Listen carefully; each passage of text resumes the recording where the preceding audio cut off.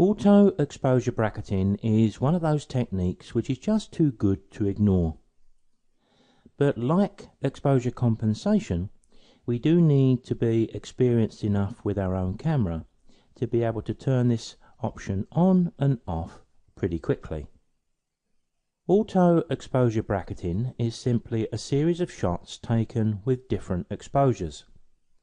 But it's going to depend on the sophistication of your camera what options you have available. You can choose 3 shots with 1 stop between each, but you can often select half stop increments or even 2 stops. And some cameras will allow automatic exposure bracketing over 5 or more shots. But I think 3 shots, 1 stop apart, is going to meet most of our needs. So a typical 3-stop exposure may look something like this, with 1 image exposed with what the camera thinks is the correct exposure, 1 image taken with the exposure reduced 1 stop, remember that's halving the amount of light falling on the sensor, and 1 image with an increased exposure of 1 stop, which is effectively doubling the light that's falling on the sensor. Setting up automatic exposure bracketing will look very much like we show here. Once set, it can be used on all exposure settings like manual, aperture priority and shutter priority. If you turn off your camera and then turn it back on, the setting is likely to be lost and you'll need to reset it. But if you allow your camera to power down itself and come back when we give that light press on the shutter button, as we tend to do when we're out and about, then the automatic exposure bracketing will remain in place, and that's quite useful. If you have an information top plate on your camera, the exposure bracketing you've set is likely to be displayed there too, and you can see it shown here down at the bottom left. Also, when you set up the exposure bracketing, select continuous shooting too, because when you press the shutter button, the camera will fire all 3 shots of your bracketed exposures and then stop. So it's very convenient to frame up, squeeze the shutter button and hold, and capture the 3 images. Bump, bump, bump. There is no cost to exposure bracketing, but there are many advantages. The first for me is it allows me to work more quickly from shot to shot, when it's important to do that, of course. I'm spared the constant checking of the LCD, and I can move around to various viewpoints and capture various images quickly and with some confidence too. Secondly, it can often be the case that the best image to manipulate through Photoshop or Lightroom is not the one suggested by the camera, but one of the other bracketed exposures. Thirdly, sometimes I find that the bracketed exposure provides me with the exposure to the right, which often is very useful. Fourthly, in really contrasty conditions, I can use 2 of those bracketed shots, because with 2 different exposures I can capture better highlights in one shot and better shadows in another. And lastly, if I really want to, I can use all 3 shots and combine them into a high dynamic range image. An image where the dynamic range of all 3 exposures is then available to me. In really tricky lighting conditions, we can set up the automatic exposure bracketing and then combine that with our exposure compensation wheel to move all 3 of the bracketed images along the exposure scale, either towards the plus side, as you can see here, or if it's necessary, back the other way. So automatic exposure bracketing is a sound technique, and in tricky lighting conditions it makes perfect sense, especially if you don't have time to constantly check the LCD and adjust exposure. Just consider this for a moment. This happens to me quite often, and I doubt that I'm unique. If I didn't have the automatic exposure bracketing set up on my camera, I raise the camera to my eye and I take a shot. I look at the LCD and find that the image is a little dark. I adjust the exposure, maybe I adjust it a little too much, or when I reframe up the image, perhaps I've got a little more lightness or darkness in the shot, which may influence the exposure. I take a second shot, and when I look at that, the image is too light. Already, I'm on my third exposure. It would have made a great deal more sense to just take 3 shots with that automatic exposure bracketing. Bump, bump, bump, 3 shots done. In the first 3 bracketed exposures I'm going to show, they were done purely for convenience and speed. We were driving through Cumbria in the UK on a visit from Australia, and we were stopping, jumping out of the car and taking pictures on the drive. So there's the first shot in the sequence of 3. There we can see the next one with 1 stop less exposure, and the last one with 1 stop more exposure. Now, would a standard exposure here have been acceptable? Well, I've got to say probably yes. But I didn't want to get back to Australia and then find I should have given a bit more exposure or a bit less exposure. It's just not worth the risk, because it costs me nothing to shoot the 3 bracketed exposures, and I can't pop back to Cumbria very easily these days. Now, these 3 images are handheld, so as careful as I might be with the 3 images I've shot, they're not going to be perfectly in register. Now, I can probably show that by just skipping backwards and forwards here. If I do that here, you can see the movement in the trees in the middle ground there. So if I was trying to overlay one image on top of another, to use one part of one image and one part of another, am I going to have some problems? Well, not if I'm a Photoshop user, because we can use auto align, and Photoshop will adjust the images to perfectly match one another. I can give you a quick demonstration of that in Photoshop, because it is a very quick process. So what I have here in Photoshop's layers is one of the images which was the -1 stop, and this one is the +1 stop. When I turn this one on and off, you can see the movement in the trees. But I think the best way to show this is if I just drop the opacity down of that top layer. And now you can look at those images. Let me zoom in a little bit, and you can see just how far off they are. But let's fix that using the auto align. We need to select both layers in the layered stack, so the control key will do that for us.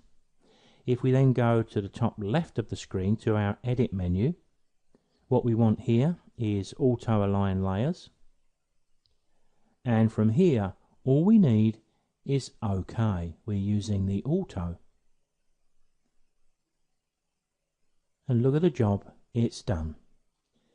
If I first hit Control 0, you can see that all we would need to do would be a slight trim around the outer edge with the crop tool, but that wouldn't be any difficulty. Let me return this layer to its maximum opacity, and if I turn it on and off, and if you look carefully around the image, you can see they're now perfectly aligned.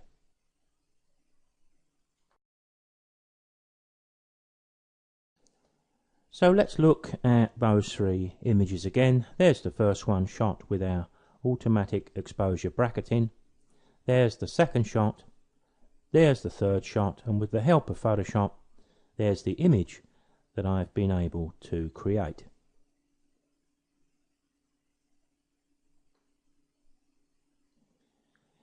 Now, the next 3 exposures I'm going to show you were also handheld, but these are taken because we've got high contrast.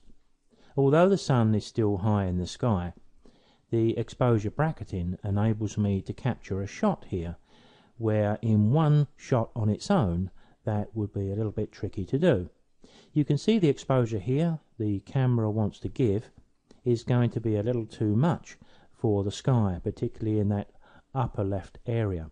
125 at f8, so let's move on to the next shot. Here we have the second shot, 1 stop less exposure, and the sky in this is something we can work with. If I was being super critical, I would probably go down another half stop. but we're okay. But if I go to the next image, we can see now we've got a great foreground, but the sky is completely blown. But let's move on a little further. That's what it would look like as we actually framed up the shot in our viewfinder. But that is the image we can create when we use auto exposure bracketing, when we use auto align in Photoshop, and I'm using the sky from one layer and the foreground from another. If we just stop and think about what we're doing here, I've been able to take that foreground, which was exposed way to the right but within parameters we can work with, and I was able to create my image editing from light to dark, and as we know, that's always a lot easier to do, gives us a great deal more flexibility over contrast and colour. Then the other image in the sky, to some degree I was able to do the same thing, to darken the sky even more, hold those highlights, but create the impact I'm looking for. Now you have seen the results of this picture in another video, but we'll take a look at that again in a moment. What I've done here is the 3 bracketed exposures as normal with one stop between them, and you can see the first shot is what the camera believes is correct, and you can see there's quite a bit of burnout in the sky and the picture doesn't have the impact I'm looking for. The next shot is one stop less exposure. Now we're much closer, but we've still got quite a light area in the sky. The next shot you would expect to be +1 stop, but it's actually +2 stops, because what I've done is to scroll all of those 3 automatically bracketed exposures down the scale, because I recognized that I didn't need any overexposure here at all because of the conditions. So when I look through the viewfinder, I would have seen the 3 indicator points on the right hand side, and using the exposure compensation wheel I was able to scroll them down, so I got what you see here rather than 1 over and 1 under. But it did allow me to create my finished shot, and I went for the more dramatic look.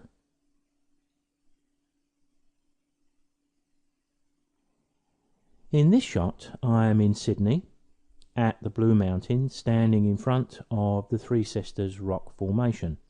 I got up at dawn hoping for something special, but the dawn didn't pan out anywhere near as nice as I would have liked. That's life. When the sun came up over the horizon, there was no cloud right on the edge to kill that harsh contrast. So what you're looking at here is one shot of 3 exposures that I've chosen to make a good foreground. Here it just so happens that it's the same that the camera was prepared to give. But then of course, with my camera on a tripod and not moving, I changed the exposure and took another set of 3 shots. And I'm going to choose this one as the sky shot, and you can see there's now a great deal of difference from the foreground and the sky. Here we've got 3 stops less exposure, but using Photoshop's auto align, although when we're on a tripod we hardly need that as long as we don't move the tripod or the camera at all, we can amalgamate the 2 shots.